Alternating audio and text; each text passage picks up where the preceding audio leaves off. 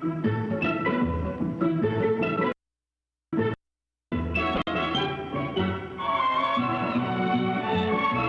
is your name, please?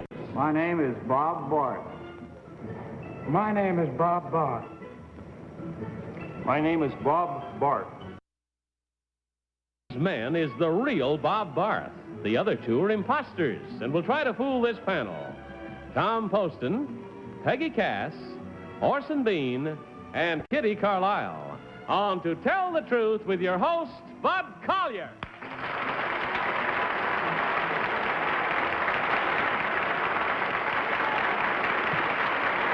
Thank you very much. Thank you, and welcome once again to Tell the Truth. Brought to you this week by new self-polishing Aero Wax with jet-age plastic for the tough, long-lasting shine that never yellows floors. New Aero Wax. Good evening, panel. Good evening, Bud. Everybody well and happy this evening? Yeah. Got some fun waiting for you, I'm sure you know. Open that envelope, if you will, and remove that first card and follow along with this story. I, Bob Barth, am a member of a highly specialized team of United States Navy divers called Aquanauts. Recently, 4 of us 192 feet beneath the surface of the ocean. Our home was a 40-foot-long steel capsule called the Sea Lab. From this undersea house, we ventured out to explore the ocean floor. Inside Sea Lab, we cooked, slept, stood watches, and assembled a wealth of information on how man can live and work at the bottom of the sea. Sea Lab was equipped with a telephone, closed-circuit television, 6 berths, electrical heaters, and hot plates, a shower, and a hand-painted sign that read, "Welcome to Inner Space." Signed, Bob Barth.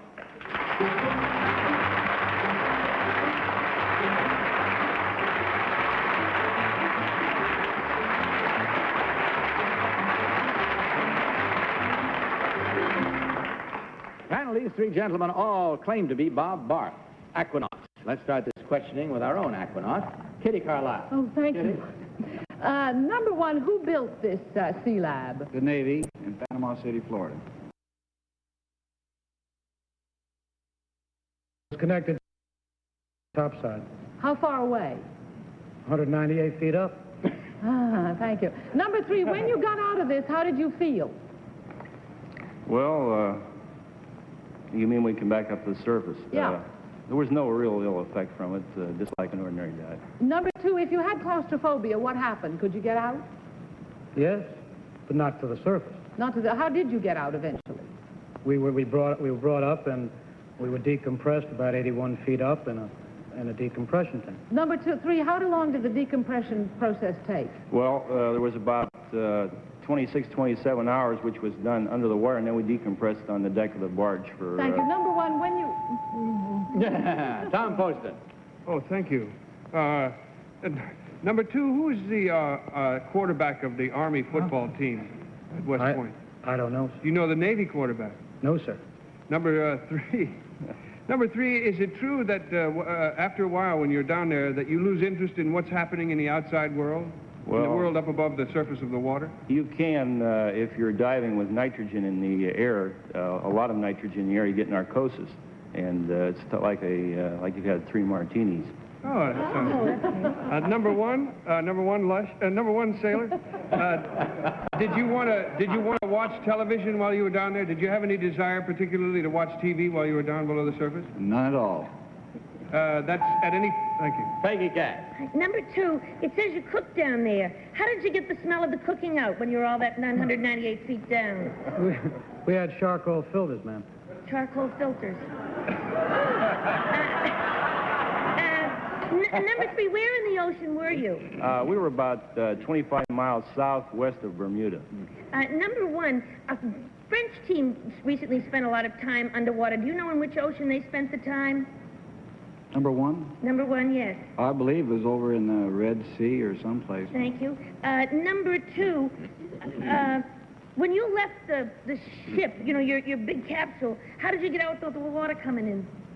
Well, the cabin pressure inside the Sea Lab was pressurized and it kept the water out. Thank you. Number 3, did you have windows in your steel capsule so that you could look out and see the fish? Yes, we did. And number 1... Orson Bean. Yes, number one, I saw pictures in a magazine of you guys swimming around with little things on your head and oxygen. You didn't have any trouble with pressure down that far? No, once you get there, there's no other pressure to worry about. You didn't find any mermaids or anything, did you, down there? And one of the guys had to go out and swim around, no? Now, how much room did you have in the little house when you were all in there? There was 3 of you, did I read correctly? Well, I don't want to waste the time. There's a few guys down there, right? Did you have enough room to sit around? And all? Yes. Yeah? Any booze? Did the Navy issue you any booze? We had 1 bottle of wine for medicinal purposes. Oh, that's right. Number 2. Oh, gee. That's all the time we have. It is time for you now to mark your nitrogens and to do it well.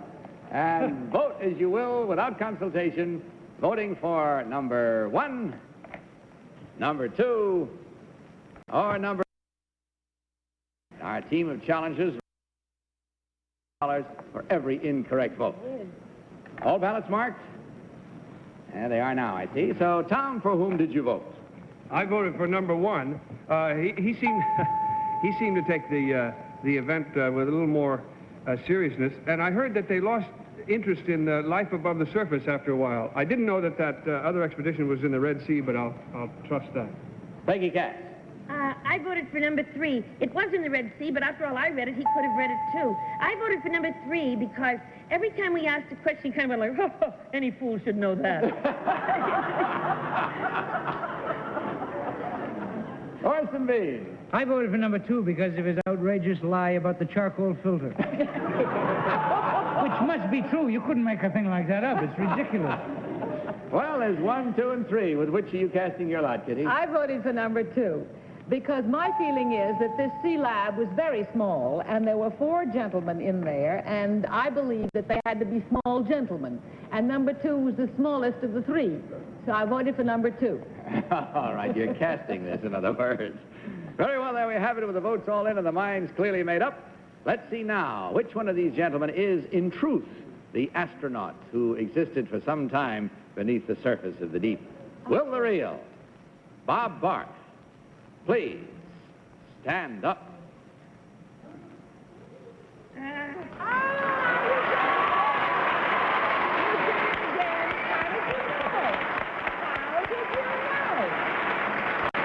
you, sir. Thank you very much. Number 3. And our congratulations. An experience. I don't imagine it's one you'd want to do every week, though, is it? No, 2 weeks in between be fine. As long as you got a break in between. Well, let's find out about your 2 friends here. Number 2, what is your real name and what do you really do? My name is Noel Bates. I'm president of Bates Associates, and we're private detectives.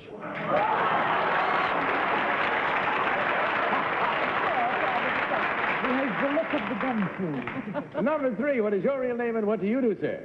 My name is Dick Johnson. I work for Goodyear Tire and Rubber Company, and I fly the Goodyear blimp. Well,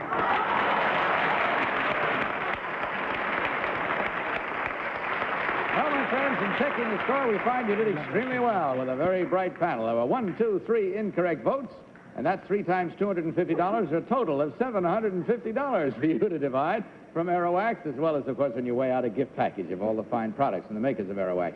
Thank you very much for making our evening such a bright one. Hope it was bright for you, too. Good night, and God bless you.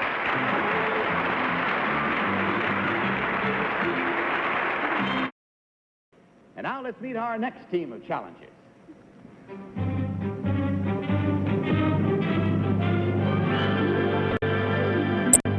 What is your name, please? My name is Sue Gillespie. My name is Sue Gillespie. My name is Sue Gillespie. Follow along once again, if you will, panel. I, Sue Gillespie, am the current Women's World's Horseshoe Pitching Champion. In competition with contestants from all over the United States and Canada, I won the championship for the 2nd time. In winning, I also set 4 new World's Horseshoe Pitching records. Signed, Sue Gillespie.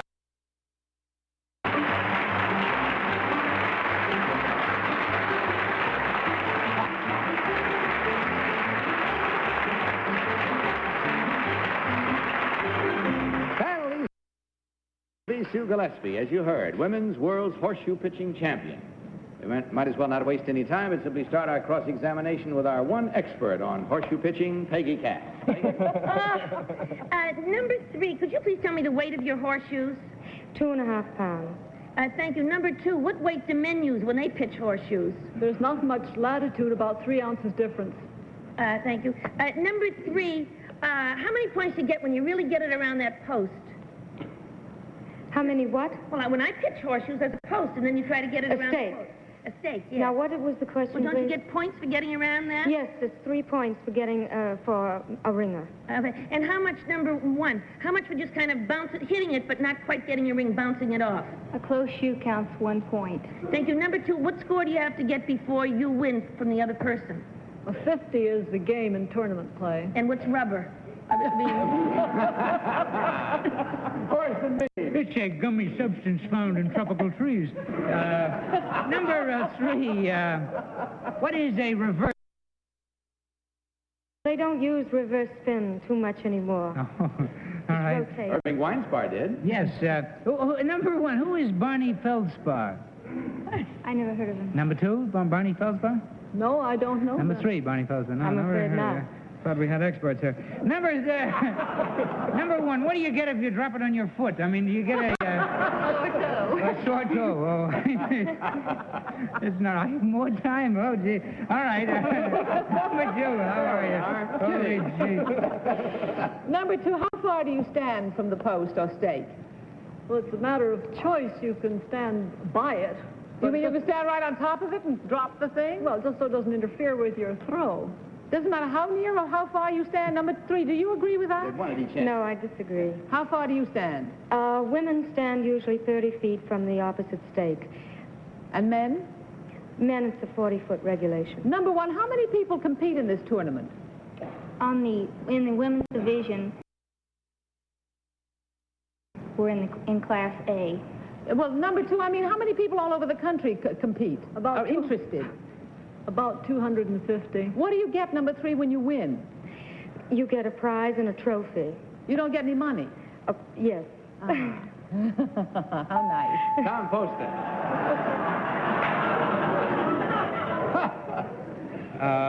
I'd like to ask number 1 if there is such a thing anymore as a leaner. Yes, there is. And what does it count? 1 point. Number 2, does anything count 2 points? What counts between 1 and 3? There isn't anything. Nothing counts for 2 points, number 3? No. May I ask you, number 3, how do you decide who starts?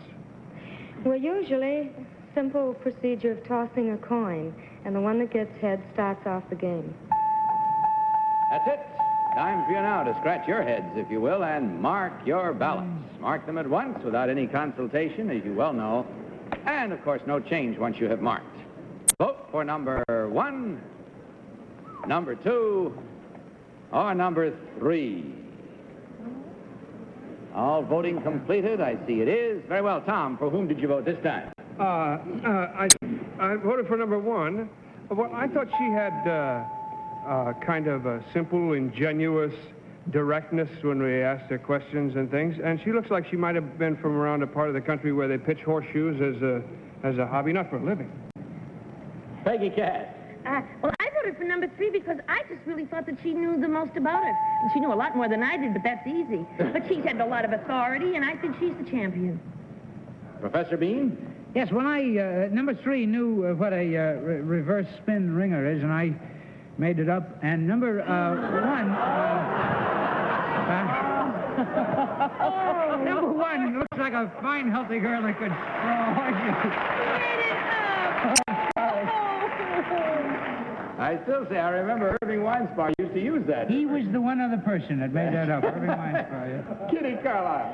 I voted for number 1 because she answered a question which I hope he didn't make up and sounded very logical. And also, I agree, she has a look of a girl who would be pretty good at any kind of an outdoor game. Very well, that makes it 3 for number 1, 1 for number 3. Let's find out at once which one of these ladies, in truth, is for the second time the women's world horseshoe pitching champion.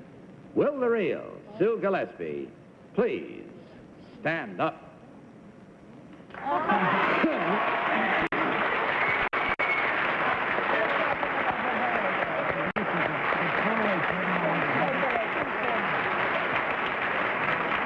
Incidentally, you might be interested to know that this very pretty young miss, two-time women's world horseshoe pitching champion, it's such a long thing to say, it throws me every time. She will be entering her senior year this fall in Portland High School in Portland, Indiana, right? Yes. What kind of records did she set? I meant to ask you about the records you set. I pitched 83 ringers out of 100 in qualifications. I had an average of 81 and 1/10% ringers out of the 7 games that I pitched.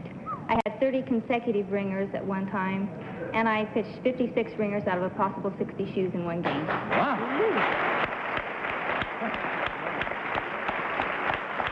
Woo, boy.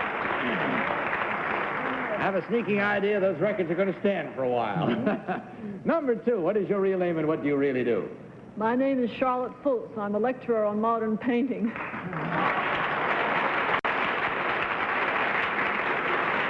And number 3, what is your real name and what do you do? My name is Barbara Story, and I am a Turkish belly dancer.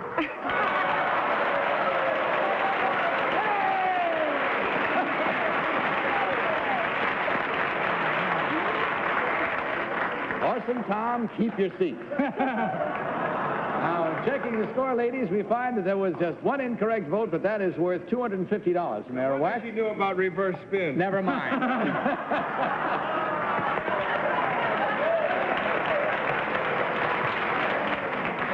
She's the one who knew what it was. And on your way out, you will receive, of course, a gift package of all the fine products from the makers of Airwax. Yes, you want to say something? I might add, this is rather funny. There is a reverse turn. Another belly dancer. That'll set you back a pace or two. Well, we thank you, ladies. We had a good deal of pleasant time and amusement with you, and we hope that your evening was just as much fun. Thank you, goodbye, and God bless you.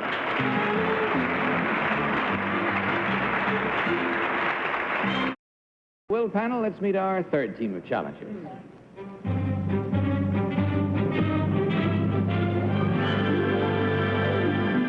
What is your name, please? My name is Thomas R. Reed III. My name is Thomas R. Reed III. My name is Thomas R. Reed III. Follow along carefully with this next one, panel, or you may not believe it. I, Thomas R. Reed III, am an undergraduate at Princeton University. Deploring the difficulty of getting into college these days, 3 friends and I decided to get one Joseph David Osnott accepted at Princeton in the freshman class entering this fall. We sent an application and a doctored-up high school transcript to the Dean of Admissions. 2 of us took the entrance examinations in the subjects we knew best, both under the name Osnott. Another friend of ours, personable but unknown at Princeton, came in for the interview. Of the nearly 5,000 applicants for Princeton, only about 1,100 were accepted. Among these worthy young men was Joseph David Osnott, concert pianist, top of his high school class, varsity lacrosse star, and son of a wealthy private detective. Only one thing mars the character of this young man. He does not exist. He is strictly imaginary, invented as a hoax which worked so well that it was not until after we confessed that the admission authorities realized that Osnott was not. Signed, Thomas R. Reed III. These 3 gentlemen all claim to be Thomas R. Reed III, co-creator of a strictly fictitious and non-existent Joseph David Osnott. We'll start with Tom Poston, if we may, Tom. Oh, thank you, Bud. Mr. Reed, what does your dad actually do? Number 2, please. Mr. Reed, number 2. My father's in the construction business. Number 3, what does your dad do? Works for Ford Motor Company. And number 1, what is your father's occupation? My father's with Shell Oil. None of them is a private eye. I love that. Number 1, tell me the meaning of Osnott, if you will, please. Well, we use the word Osnott so that the entire word, Joseph David Osnott, the middle initial D with Osnott would form does not, and Osnott does not exist. I love it. Oh, Number 2, what made you confess? Well, we were asked to submit $50. Oh, we did not. Number 3, has this been done at any other school this season? Not that I know of. Number 1, have you heard of anybody letting another made-up one in? No. Number 2, what is the name of the Princeton paper? The Princetonian.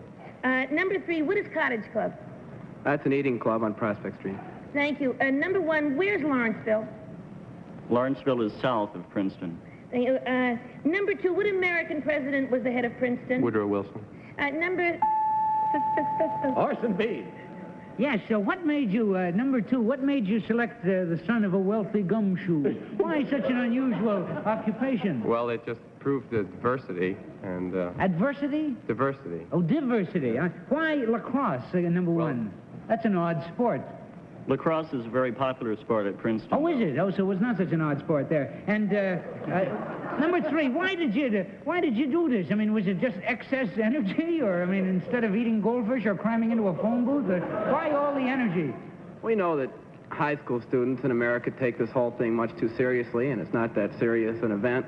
We just wanted to add an air of levity to the whole process. I think you have class. Kitty Carlisle. Number 2, which one of you went for the interview? A friend of ours who goes to Columbia. We needed somebody with a new face. Number 3, when you go to Princeton, how do you get there? I fly.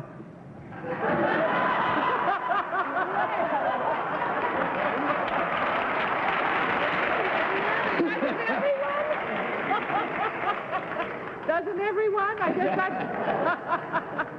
Probably lives a long ways away. Number 1, when you go to Princeton, how do you get there? I take the train. And what is the station before the one you have to get off? I get off at Princeton Junction. And what's the one before that? I don't know the name.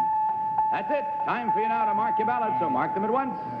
Without consultation, and, of course, with no changes once you have marked it, simply vote now for number 1, number 2, or number 3. I don't know. It's too awful. All ballots marked? No. No? Well, mark it, Kitty. All right, all right. All right, Tom, for whom did you vote? I voted for number 3.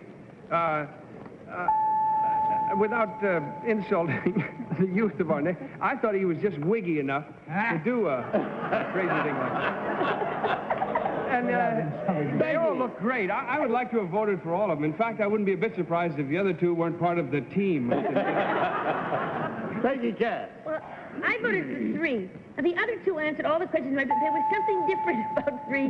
And when he said he flew, and she sort of said flew, he took umbrage. He was pretty sore. I voted for 3. Orson. I voted for number 2. There are different kinds of accents. There's the Harvard accent, boys, it's not like that. And there's the Groton accent, which is even more. And he's a Princetonian, which is kind of, well, not to come out too English. He did it better than me, folks. I didn't vote it. 2. Kitty. Well, I voted for number 3. I wanted to vote for all 3 of them because I think they've struck a much-needed blow, and I congratulate you. Hooray for what you did, because it really is being taken too seriously. And I think you all ought to start a whole service about how to get everybody into college. But I still think that number 3, when he said, you know, doesn't everybody fly, was just the kind of a guy who would do a thing like this. Very well, there we have it. With 3 for number 3, 1 for number 2, let's find out immediately which one of these young men, in truth, hoaxed the Bureau of Admissions and created, or co-created, Joseph David Osnott, a fictitious gentleman who never, in truth, existed. Will the real Thomas R. Reed III please stand up? No.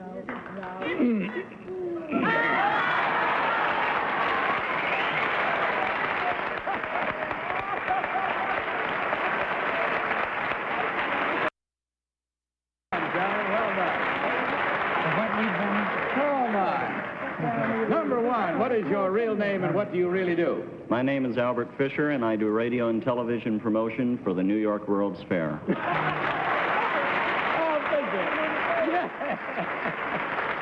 Number 2, what is your real name and what do you do, sir? My name is Frederick Freed. I'm a concert cellist.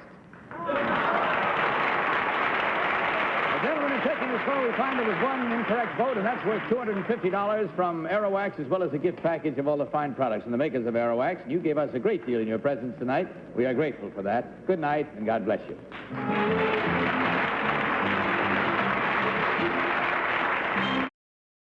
Don't forget to join us tomorrow on the daytime show as well.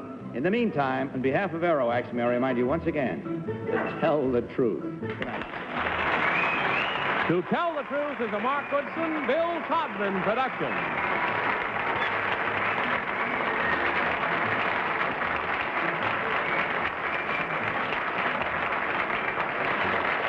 To Tell the Truth has been brought to you tonight by Bicidol Instant Powder, a special formula to settle acid upset stomach in seconds.